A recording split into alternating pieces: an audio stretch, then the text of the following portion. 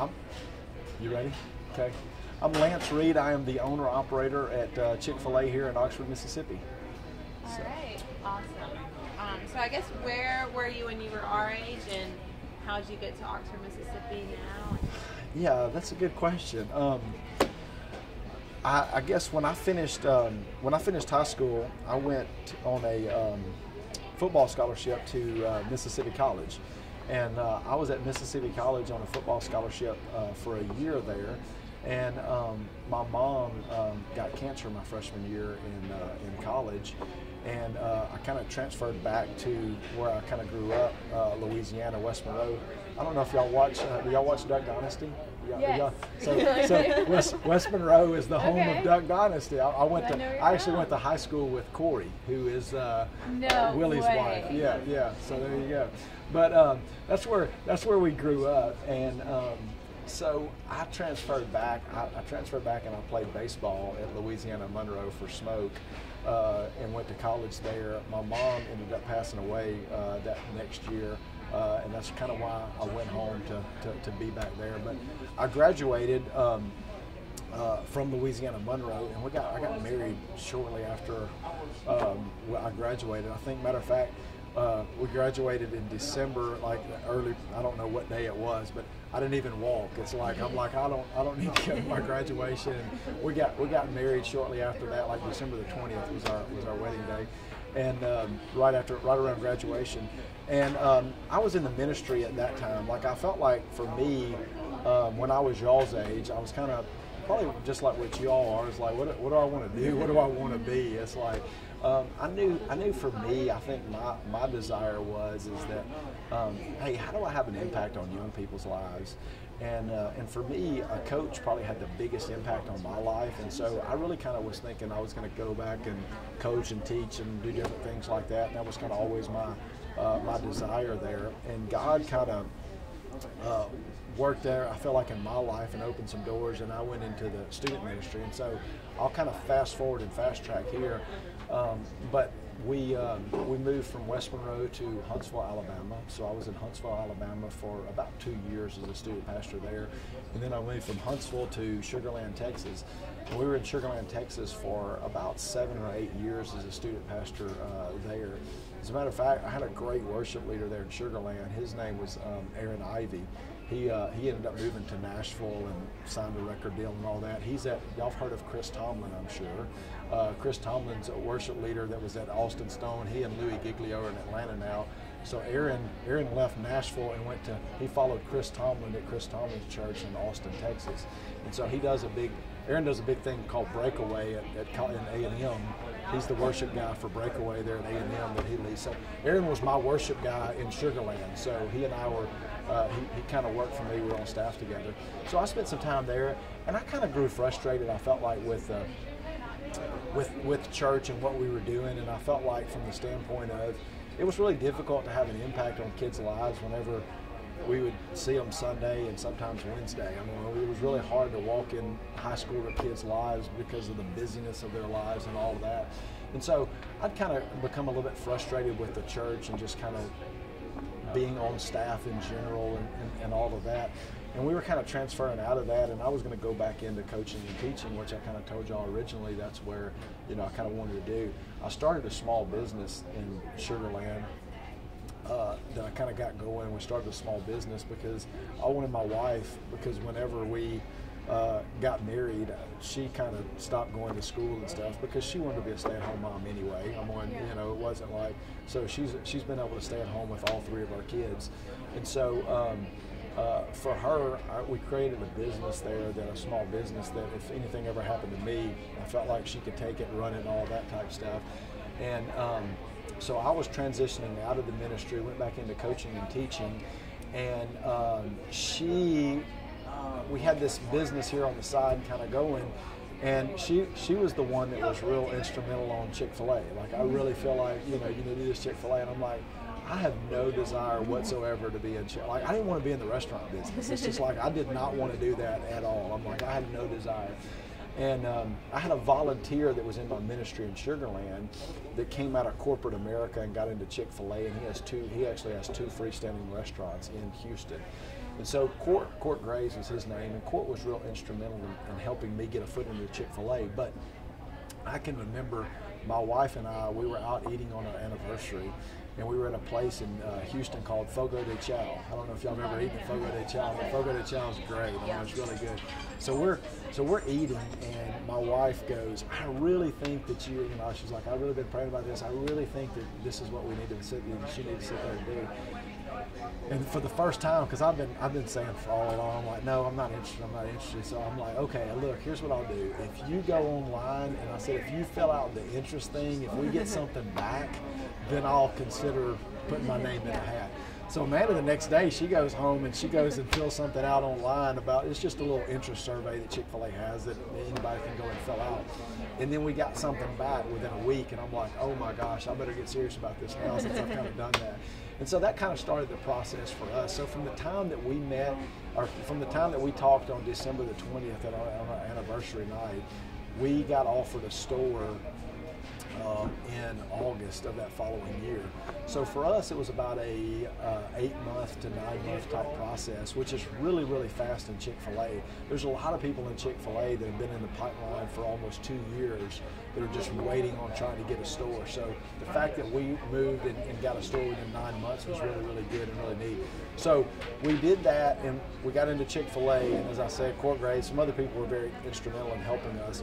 So then we moved the family again. So we were in the Houston area, and then we moved to Alexandria, Louisiana. We went into a mall down there, and so in that mall, we came in and we grew. We did a lot. I felt like I had to go in and really kind of prove myself because I was kind of an outsider, had no Chick-fil-A experience whatsoever. So we went in.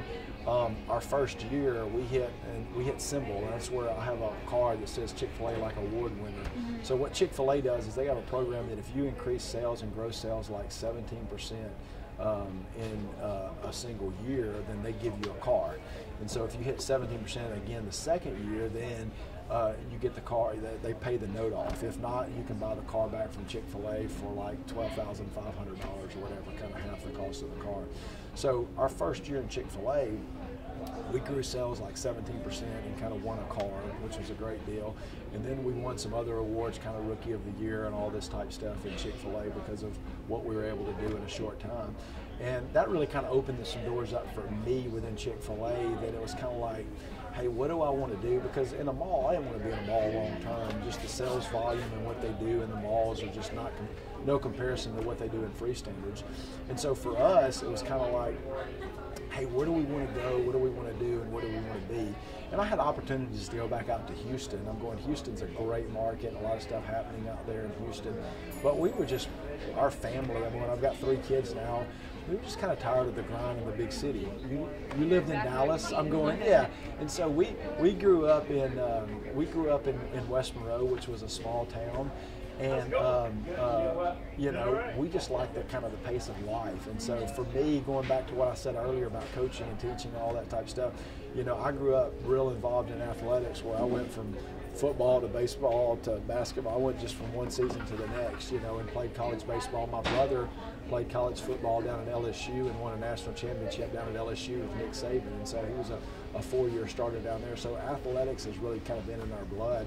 So when the opportunity in Oxford kind of came, small town, athletic, all of that, it was just kind of a right fit for us, in which we just kind of felt like that's where God was kind of, you know, calling us and kind of positioning us. So I think that kind of takes us from when I was y'all's age to how I got to here. And I know that's a long story, but you know, kind of that journey of, yeah, we started out one way and then God kind of changed some things and changed some plans there. Yeah. I know you said that you were completely against the restaurant business, but what was that changing point? I know your wife had a huge say in that, but what was that changing point for you where you're like, okay, this is what I want to do? Like, yeah, I think just learning a little bit more about the business itself. I think by and large, y'all come in here, y'all probably all come in here and go, you know, we like Chick-fil-A, but it's like, I would never want to work at Chick-fil-A, or I wouldn't want to. Sometimes, no, I mean, we see girls that feel that way, and others, I mean, there's even female operators in Chick-fil-A. I think there's just that stigma of the fast food restaurant business, and I think I had that a little bit of that mindset also. But I think getting in, the big thing for me was realizing where I felt like how God had kind of gifted me, where going back to what we sit here and say, I get to work with a lot of young people. So I have 50 to 60 people that are employed that I work with that are mostly high school and college age kids. We have So some that that's are almost your older. coaching aspect. Yeah. And so we're definitely, I'm working with young people. We're constantly trying to coach and develop and get them a little bit better as far as that goes, also. And then the other big thing, at the end of the day, I feel like I control my own destiny. I didn't like always being on staff. I was on a church staff, the last church staff that I was on, and the senior pastor, he did some things that we didn't necessarily agree with in the church, and I won't kind of get into all of that. But we had a lot of friends and a lot of people that left the church, and were really upset over things and stuff. And we tried to be loyal to the pastor, but so much was driven by what the decisions that he made. Well, I didn't have any control over any of that.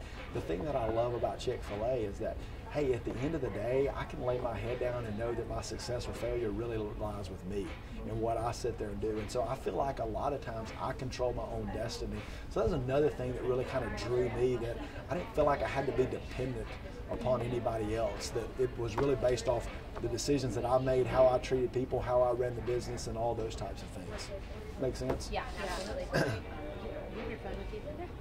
I'm gonna, just in case, this camera's kind of running low on memory, so I'm gonna get the rest of this on here. Yeah, it is blinking red now. It is? Okay, Yeah. well, I'm gonna get the rest of it on the phone just in case. Maybe I'll just get it from right here. But next question that I wanted to ask was, do you think that just like you having such a strong faith was what really pulled you into Chick-fil-A rather than something else? You know what? I would say because of Chick-fil-A and their values and who they are, definitely that was a big thing that attracted me. But I think there's a lot of people that get misconstrued with Chick-fil-A, and they naturally think that it's just a Christian company. And certainly our founder and the Cathys, they're strong believers, there's no doubt, and they make no bones about it. We're closed on Sundays and all that.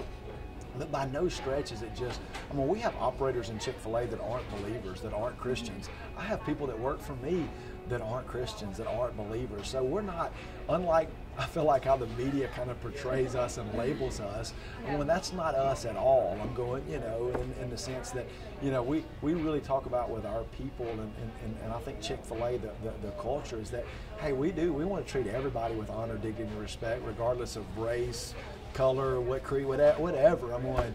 So that's a big passion. And I think more than anything, that's really did what maybe somewhat attracted me. But it's not. I think there's that stereotype of you've got to be a Christian to work at Chick-fil-A, or it's just a Christian type of a company, and that's just not true. But I think the values and the biblical principles that we do abide by are certainly, and I think the biblical principles and the values that we abide by can be used anywhere. The great thing in Chick-fil-A right now that people don't realize is that this past year, Truett Cathy turned 91, and Truett's still involved. He's the founder of Chick-fil-A. The family presented him a note at seminar this past year that Chick-fil-A, we're literally a debt-free company. So we have no corporate debt, a $4 billion company. And a lot of it comes back to the way that we've operated our businesses on biblical principles and not having debt. If our government could sit there and learn that lesson, you guys would be in a lot better situation, and our country would be in a lot better situation, And so that's one great thing about Chick-fil-A.